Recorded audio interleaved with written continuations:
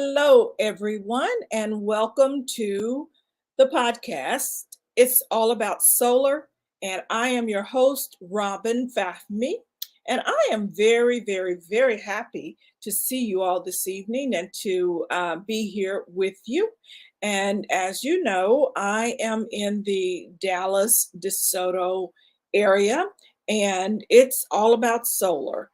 What I do is, I come here every week to talk about solar and hopefully to educate some of the listeners about solar energy. There is a lot to know and understand, and I'm going to do my best to share as much information as I possibly can in the next hour or so, maybe a little under an hour, but we're going to talk about a few things.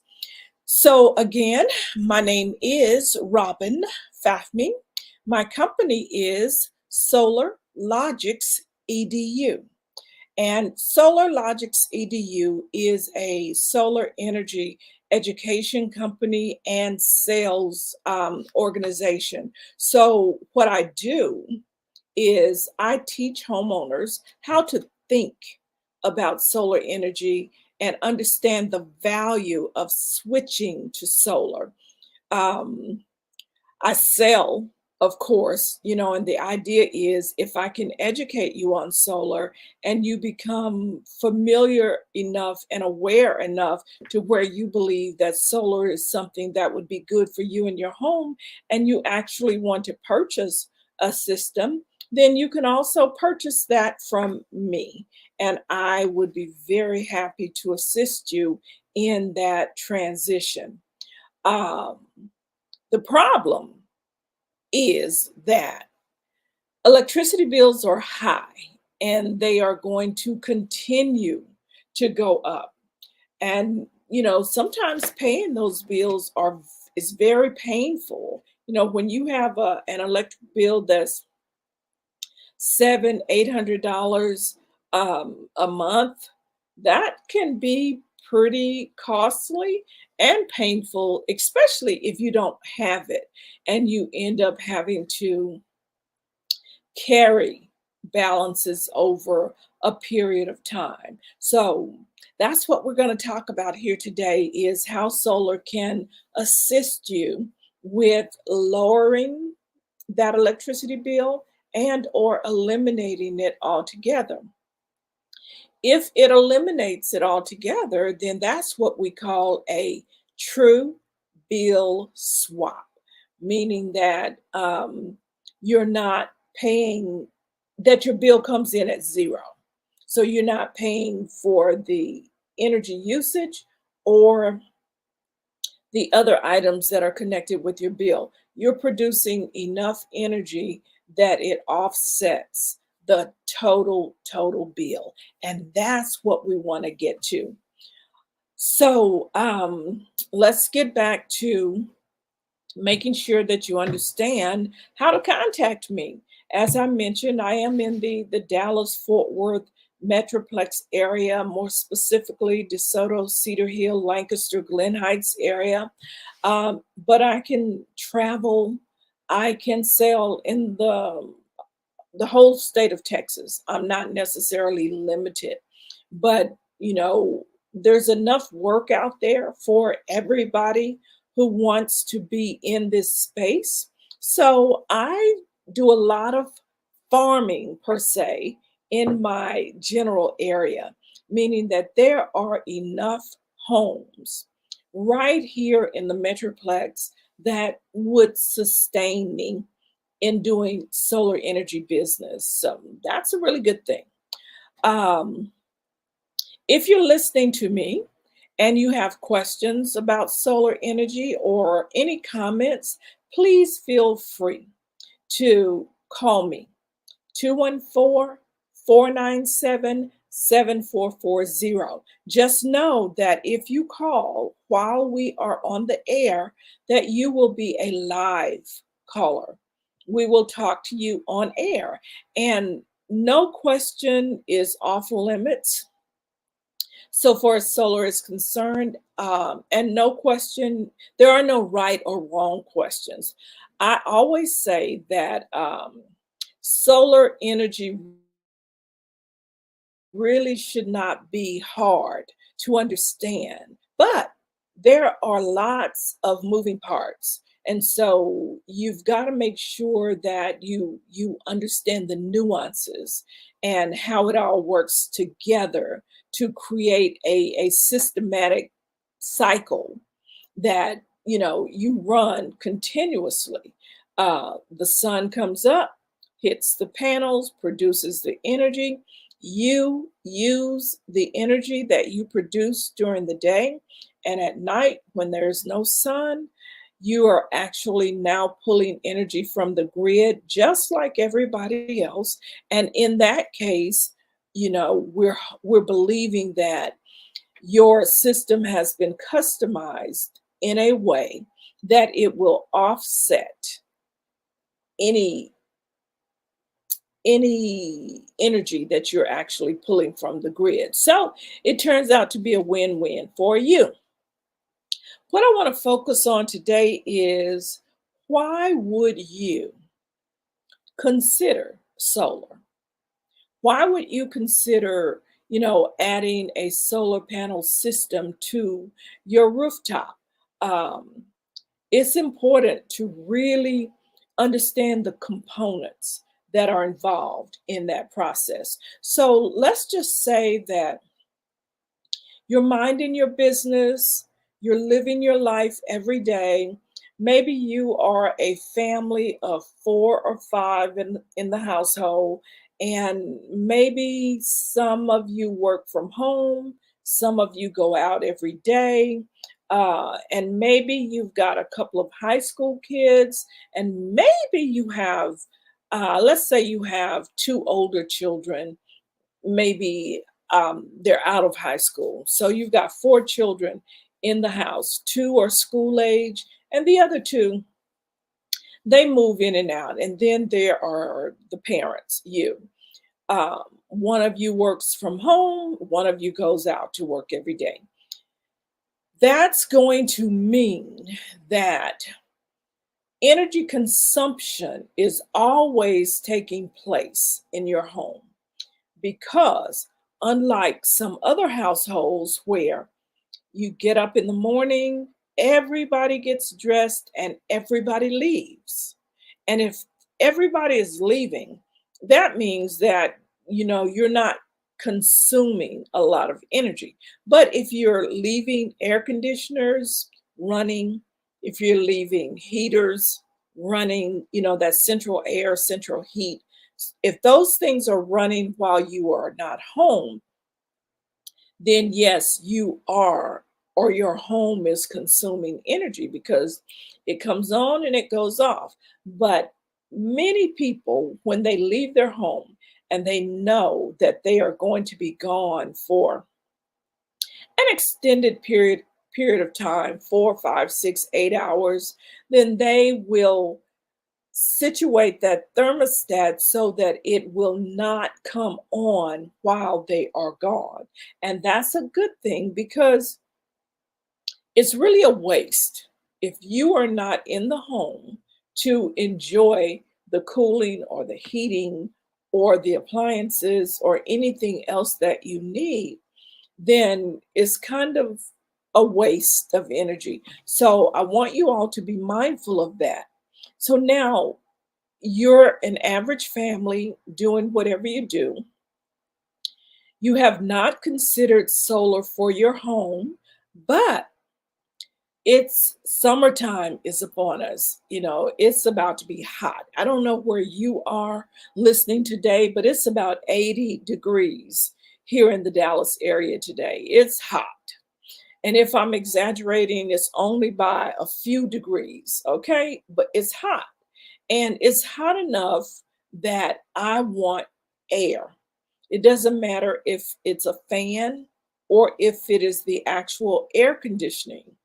Um, it's hot and I need the fan to cool myself. And I want that. And so if I want it, I am going to use it. I'm that person. I can stand a lot of heat, but not a lot of cold. In the wintertime, I have to have the heat.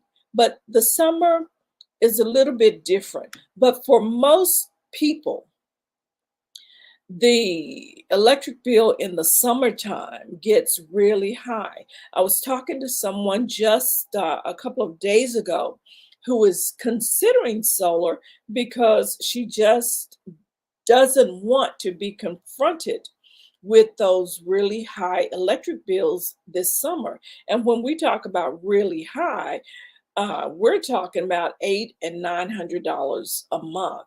And so that can be kind of tricky. So you're starting to get those high electric bills and month after month, and you're wondering, wow, I can't continue this. What can I do?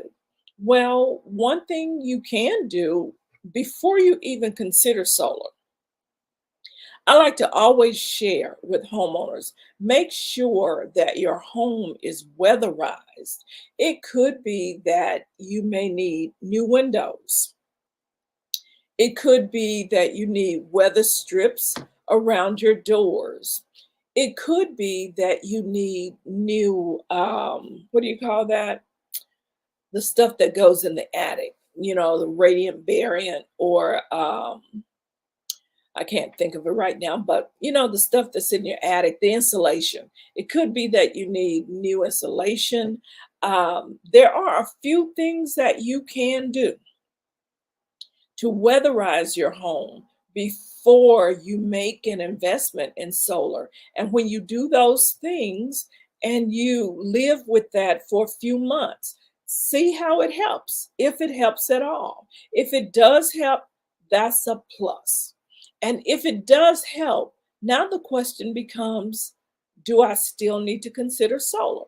Well, you can, because had you not weatherized your home and put solar in, knowing that you're losing energy through it's escaping through the windows, or the doors not being sealed, or if your air conditioning unit is really old, sometimes you need to have that evaluated because you may need a new system. If you have a new system, then it's going to work a lot smoother than the old one. So if it's working smoother, then it's not using as much electricity to turn on and turn off and those kinds of things. So there are lots of things to consider.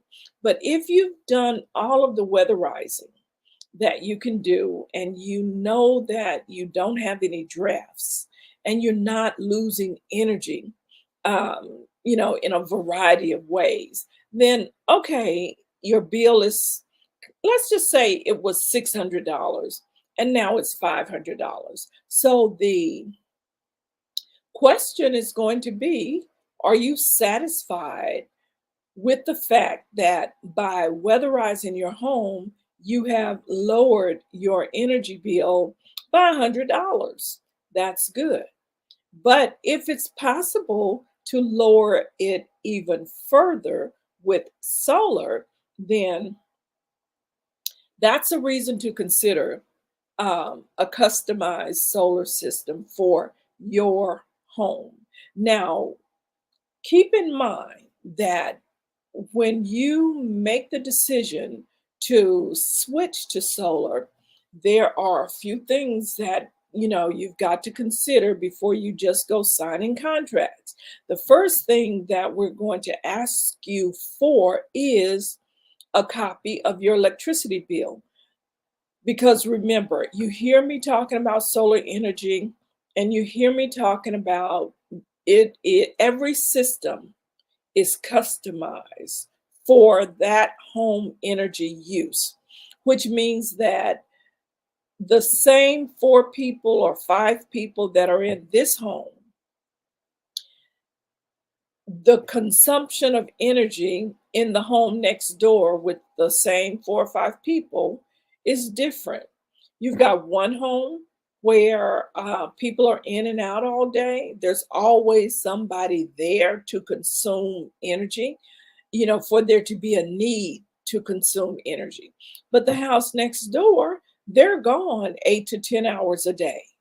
And then when they come in at night, that's when they start, revving up energy consumption. So their electricity bill may not at all be the same as yours. You're paying $600 a month. They may be paying three, because at least 5 days out of the week, they have, let's say 10, 20, they have 50 hours. If they're gone 10 hours a day, 5 days a week, that's 50 hours that they are not consuming energy in that home. And that makes a huge difference. So we will need a copy of your electricity bill. And the reason that we need that bill is we get to look at all of the little bitty things that go on in your home. We get to see how many kilowatts of energy that you are using every month.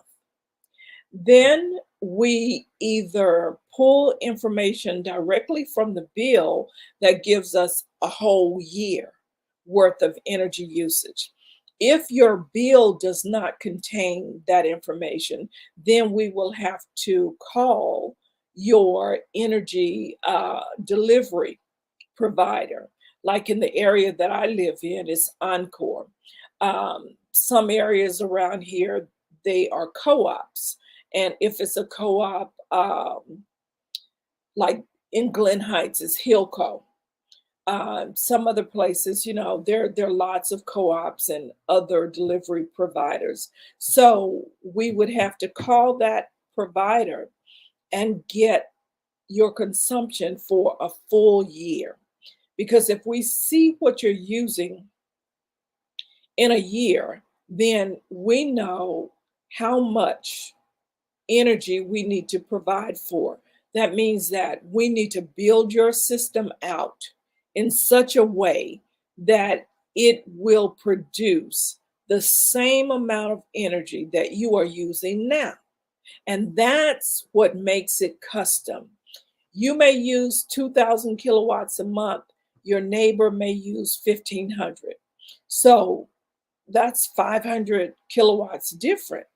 And that makes a difference in how big the system needs to be. If it needs to be a 5 kilowatt system, or if it needs to be a 12 kilowatt system, it's all based upon the energy that you use in your home. Okay. Now that we have this information, there are some calculations that we perform that tell us again what size of a system that you need. So if you're using 2,000 kilowatts a month, I'm going to make sure that we build you a system that will produce at least, at a minimum, that 2,000 kilowatts. But on the other hand, I will make sure to offset you a little bit more. So 2,000 kilowatts, matching that would be 100%. That means that I am building a system that will provide 100% of the same energy production that you are using now. Okay?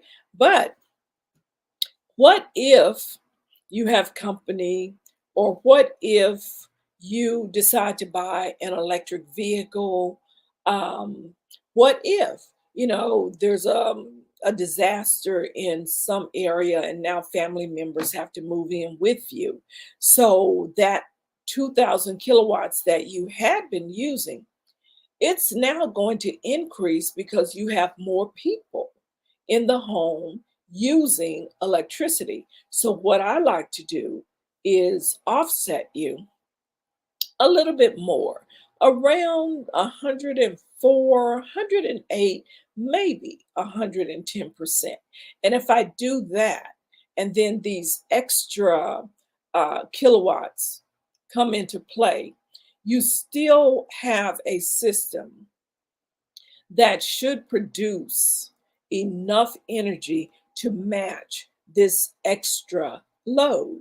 So when you're considering solar, the first thing, the first reason that you would even call me up to talk to me is because, you're really tired of paying these high electricity bills. It's like, Robin, this is getting ridiculous. It's painful. I don't want to continue that. So now we're in talks as to how we can eliminate the problem of paying high electricity bills month after month after month after month. So the first thing we're going to do is evaluate your electricity bill. Then we're going to run some numbers, do some calculations that will help us understand what size system that you need. And when we say what size system, you may need a system that has 15 panels, or it may have 25 panels. We don't know until we see. That's why, you'll look at some homes and they look like they have solar panels everywhere. And then you'll look at another one and it's just nice and neat and compact. So why is that? That's because, maybe the square footage is different, which in most cases is going to be. Maybe the amount of energy that's being used here versus there is that much different. So every system is customized for the family that lives in that home to match the production of energy that they need to sustain their family from day to day, month to month. Now, once you have purchased solar, what's going on? How does that help to lower your bill? Well, the primary way that it helps is that when the sun hits those panels, that direct current hits the panels, then the panels have inverters in them, and the direct current is switched to an alternating current. It transitions. It's all electrical too. Your panels are electrical. Once we put them on the house, they have electrical boxes that gets connected to the panels, and then it gets connected to your meter on the side of your home. And we also have uh, meter boxes for the monitoring of those panels. But all of this is electricity. It's working on electricity. And it also works on Wi-Fi. So if you have internet connection, that's what we're going to need to hook this up. And we need to make sure that we do have a consistent, strong signal. That's going to be very important. So it's all electricity. Now we've got the panels on your home. That direct sunlight is shining on that panel. You've got inverters in your panel system that converts or transforms the energy from a direct current to an alternating current. And that alternating energy, that's what we use in our home. That's what gives juice to that socket that you have. And that's what allows everything to run. That 220 alternating current that runs throughout your home. So when that is all in place, now your system is actually producing. You are now a power plant, okay? And you want to make sure that you're always asking the right questions. Okay. So if you contact me or if you contact anyone else about solar, yeah, we know that that bill is really high and that's your pain point. That is the problem that you want to eliminate is that high electricity bill. So when you talk to me about that, then I need to be a person of integrity to make sure that I give you the best information. But you also want to be educated in a way to understand how to read your bill, even if you don't know anything else. If you know how to read your electricity bill, then you can better understand what they're talking about when they talk about kilowatts and how many you're using every month and why they have to have a system that produces X amount of kilowatts because it's all right there in your bill. And that's one of the things that I would do is to help you understand how to read your electricity bill because most people think that when they get solar that that's it, that's all they have to do is hook the panels up and just let them run and everything is peaches and cream. However, you just need to be aware of what's going on. And what I mean by that is how much are you paying per kilowatt? Now, just because you have solar doesn't mean that you no longer deal with an electricity company. You still have to have an energy provider. Okay. Now, in my case, where I live, Encore actually delivers the energy to my home. Okay. But the electric company that I am signed up with, they are the people. Basically, what they do is they prepare my bill. Okay. They send me a bill every month. And these people, these companies, they're like wholesalers in a sense of speaking. Um, they, and let's see what I want to say. They're not producing energy. Okay. Any energy that they get, they're buying it from someplace else, but they are not necessarily delivering energy to you. Okay, so you got to understand that. Um, they are set up to handle your billing.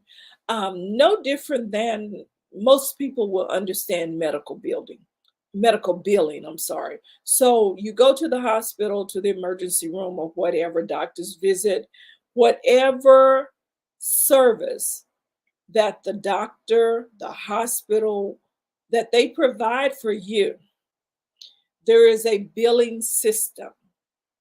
There are codes that are put in to a particular software program, and then your bill actually gets calculated, and then you get provided with the bill. So, whoever, whether it's the doctor's office or the doctor's office has a billing service, that they refer whatever they did today, they'll send it over to their service. Their service will go through and itemize and calculate everything and put it where it's supposed to be. And then they will make sure that the customer gets the bill. So now that is pretty much what these electric companies are doing nowadays. They provide us with our bill. They keep our records because the excess energy that we use, it goes back to the grid. During the daytime, when the sun is hitting your system and you're producing energy, you actually are using the energy that you produce during the day. And it may start producing, depending on the sun, it could be as early as 6:30 in the morning, 7 o'clock, just depends on where you are, until about 5:30 or 6 in the evening. So there's a good 10-hour period in there where you are actually producing energy and you have the ability to use that same energy. But now, when the sun goes down, it's dark outside, you still need to cook, you still need to perhaps wash, you still need to, use your computer and all these other things. So now, where are you getting your energy from when it's dark? Well, you're doing what everybody else does. You're pulling energy from the grid. Just like everybody else in the evening and night, you are pulling energy from the grid. So the idea is that you would produce enough energy to cover the energy that you are pulling from the grid. And I know this sounds, a little bit complicated maybe to some of you, but it's really simple. The more you listen and the more you pay attention to just a few things, you understand that, there's not a lot to it, but it's just a need to understand it. So your bill now contains a base charge, okay? It contains your usage, the amount of energy that you actually pulled from the grid. How much energy was that? That's there. It contains delivery charges. And now, like Encore, they charge money to deliver the energy to my home.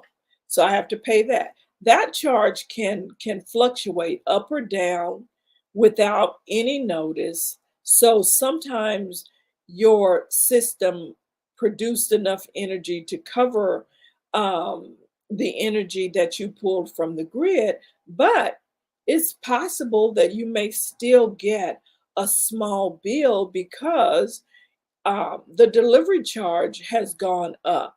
And now, there's not enough credit to cover the complete bill. So even though you have solar, sometimes you will still get a bill.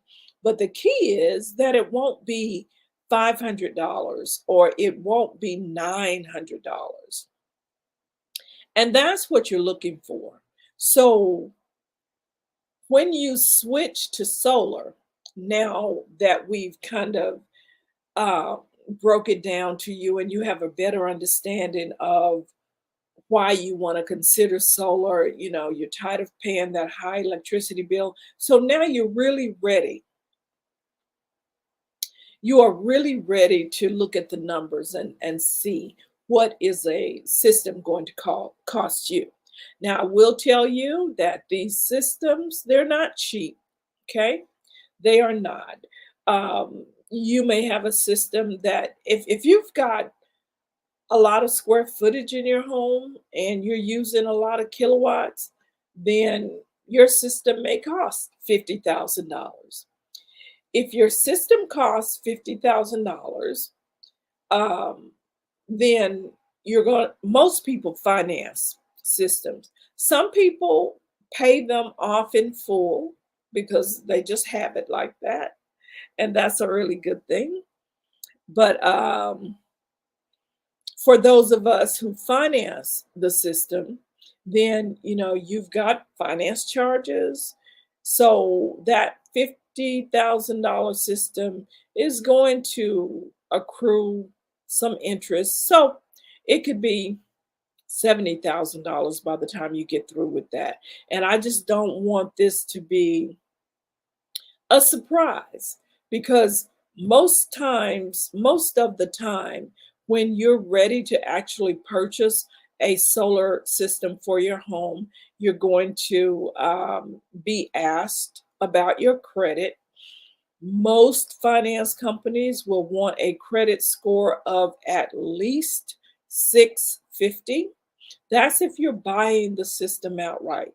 Now, there are some alternatives. You can do what they call a PPA, a purchase agreement, or a lease. I personally kind of stay away from those, but if it's the right circumstance, then we make that work. You want to make sure that you ask whoever is selling you a system all the right questions about what happens if I move? What happens, when the next buyer come in and my panels are not fully paid off? How does that work? Does that transfer to them, or is that a part of the um, the cost of the home? Because there are situations where, most times nowadays, people who are in the market for a home, they will get pre-qualified. So when they're out there looking, they know how much money that they are qualified for. And so if they're qualified for $300,000, then they're not going to be looking at a $400,000 home. So keep that in mind. Now, if a home is $300,000 and it's got a solar panel system on it that still has a note of $20,000. Okay, so now it's $420,000 for that home. But they can't purchase it because they don't have the additional $20,000. So you may need to be a little bit creative in the way you present it. But more than that, just understand if it's assumable. And if it's assumable, that would not be something that would have to be a part of the purchase price. That would be more like, just considering your electric bill.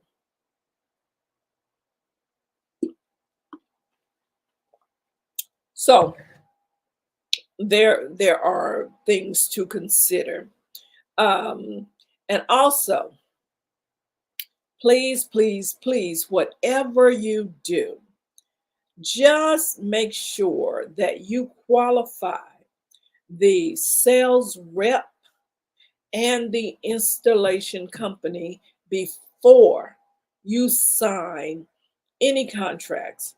Because now what's happening is the person who knocks on your door is the sales rep, but they may not be a part of the installation company, meaning they may not be on the payroll with the installation company. So that means that you could be working with two different companies, and that can be tricky because a sales rep will promise you the world. They will say all sorts of things to get you to sign on the dotted line.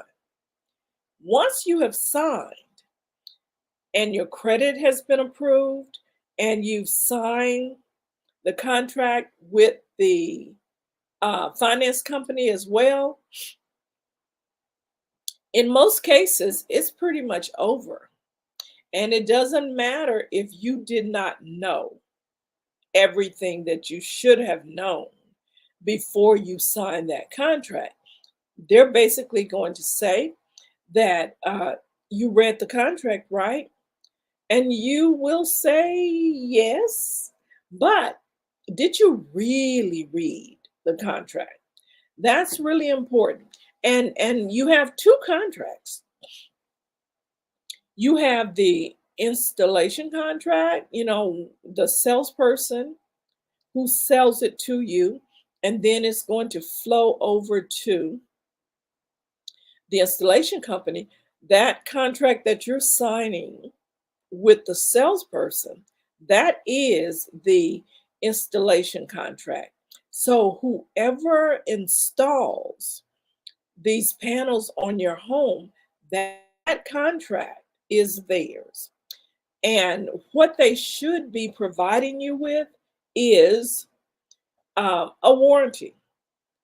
The warranty should be for the installation, meaning that if 2 months down the road or a year down the road, you start noticing that you have leaks in your home, you're in your home inside, and you're looking up at the ceiling and you notice that there are leaks, and you notice that these leaks are in the same areas where they actually drilled to install the panels. That problem should go back to the installer, because his warranty, usually the installers will provide you with a 10-year warranty. So if something goes wrong with your roof where those panels have been installed, then that installer is responsible for correcting that problem. Now, also within that installation contract, he will also talk about the manufacturer's contract, because the panels themselves are warranted. And if something goes wrong with the panels, you should be able to make contact through that installer to get them repaired, to troubleshoot them, repair them, or replace them. Most of the time, what may be going bad will be the inverters. Now, you've got two types of inverters. You've got a string inverter, and you have individual inverters. It means that if you have 35 panels on your home, then you've got 35 inverters. But if you've got a string inverter, then maybe they're on a string 10 each. The reason that makes a difference is because if you have the individual inverters and one of them goes out, then everything else is still working. But on a string inverter, if one goes out, the whole string goes out. So you need to make sure that you are understanding exactly what they are installing on your roof, how it works, and why it matters to you. So, okay. Oh, that's a lot of information, I know, but again, I am here every Thursday unless life calls, which recently it has. And you go away and you take care of whatever the business is, and you come right back, jump in wherever you stopped, and you just keep going. For me and this particular solar information, I am basically intending, my intention here is that you will hear the information over and over again. It is repetitive. I do say or repeat a lot of things every week, because that's what it's all about. Because you will become smarter by listening. And then you may be in a situation where you overhear somebody talking about solar and talking about a problem that they're having with it. And, they just don't know what to do or where to go to get help with that problem. And you may be able to direct them, or you may be able to answer the question that they have, because you have been listening to Robin Fahmy, Solar Logics EDU, where we educate blowing a kiss. All right, we've got a call. Let's see who this is. Breastfeeding mother with medium skin tone. Hi, Naira. You're on live.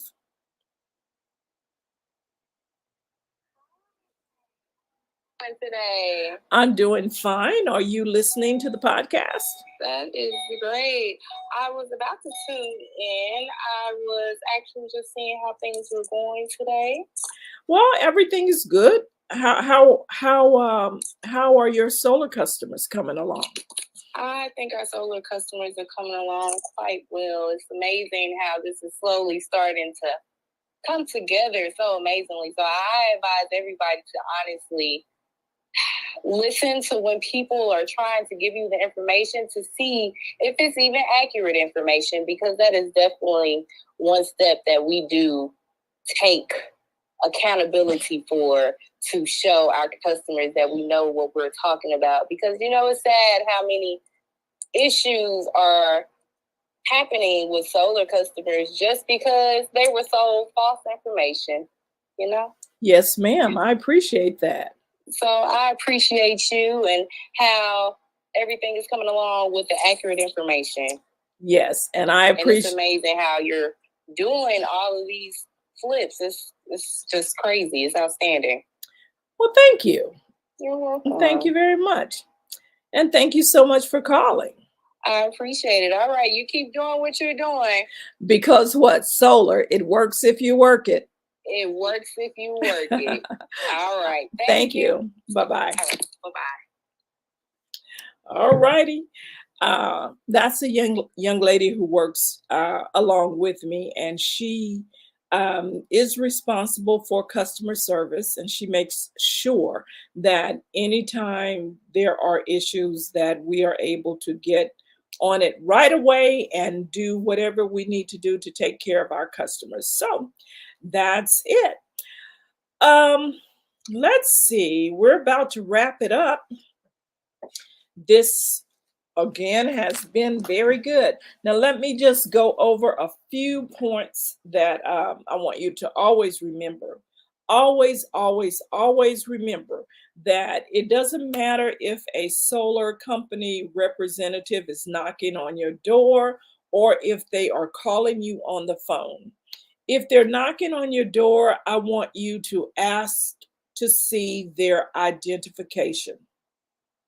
Every time there's someone who knocks on your door in your community, they really are supposed to have a permit from the city. And usually it is the police department who will issue that permit. But most of them never go through that process because homeowners don't know that they should, and homeowners usually do not ask to see that permit. So, okay, if you ask to see the permit and they tell you they don't have one, and you still want to go ahead with the conversation about solar, just know now you have made an agreement, to further this conversation, and that's fine. Also, ask to see their personal identification and any identification that they have that associates them with the company. You may also ask for references. If they say that they have been working in your area for, a couple of days or a couple of weeks, and maybe they have sold some customers or some of your neighbors, ask who they are, and talk to your neighbors to find out how they felt about that particular salesperson. When you're talking to them on the phone, when they call you up on the phone, their main objective is to qualify you. They will qualify you by asking, how much are you paying for your electricity? Um, they will try and get you to send them a copy of your bill. They will also talk to you about a government tax credit. Sometimes they will even talk to you about solar panels being free to seniors. Please don't fall for any of this. Get that identification first, ask for references, and then if you do consider the conversation or continue the conversation, and you like what you're hearing about solar, do not sign the contract the same day. Give yourself time to sleep on it, okay? Now they're going to push and do everything that they can to get you to sign right then and right there. But please don't do it, because you can save yourself a lot of trouble by just waiting a day or even two. It's okay. Um, Solar is a good business. Sales reps make a lot of money on deals, and that is primarily why they want you to sign now. Because if you sign now, that means I've got a big commission check coming. But I'm asking you, don't do it. And then if they ever talk to you and tell you that the government is giving a 30% tax credit, well, that is true. So what that means is, let me do a little bit of math here real quick. Let's just say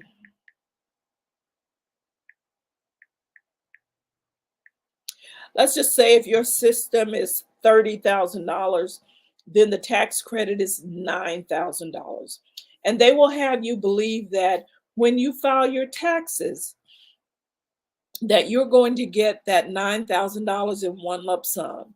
Please, that is not true in most all of the cases. Okay. Every now and then people do get money back, but you're not going to get it back. And they will want you to use that $9,000 to pay your loan down so that you can stay at the lower payment. But if your payment starts out at 250 and then at month 18 it's going to go to 350 simply because you didn't pay that loan down, well, then just start out at 350 and then you're good all the way. And the tax credit means exactly that. It is a credit to be used against whatever you owe at the end of the year. That there's a form that you will complete and it will be on file. And if you owe $5,000 to the government, then they will take the $5,000 from that credit, that $9,000 credit that you have sitting there. And then next year there will still be $4,000. So that's how that tax credit works. And I am just literally to the point of begging people, make sure that you understand. If somebody is talking to you, feel free to call me and just ask me what the deal is. If it's a good deal, I'll answer you. Dial me up, 214-497-7440. The sales rep can be sitting right there. Say, I need to call Miss Robin, and we're going to check this out to see if it's a good deal for me. Because I do also work as a solar energy education advocate. And that means that sometimes I have to go to bat with customers against installation companies and sometimes the finance company, but we do the best that we can. So with that said, we are just about finished. I always invite you all to write your comments or send your comments or text me. And if you have questions, then I can answer on air. But if not, if anything comes in, I will be sure to bring it to the podcast next week. But in the meantime, just know that solar works if you work it. And I am your host, Robin Fafmi, all about solar here in the Dallas-Fort Worth Metroplex area. I wish you all a wonderful evening, and just know that life is good and it's waiting on you. Bye.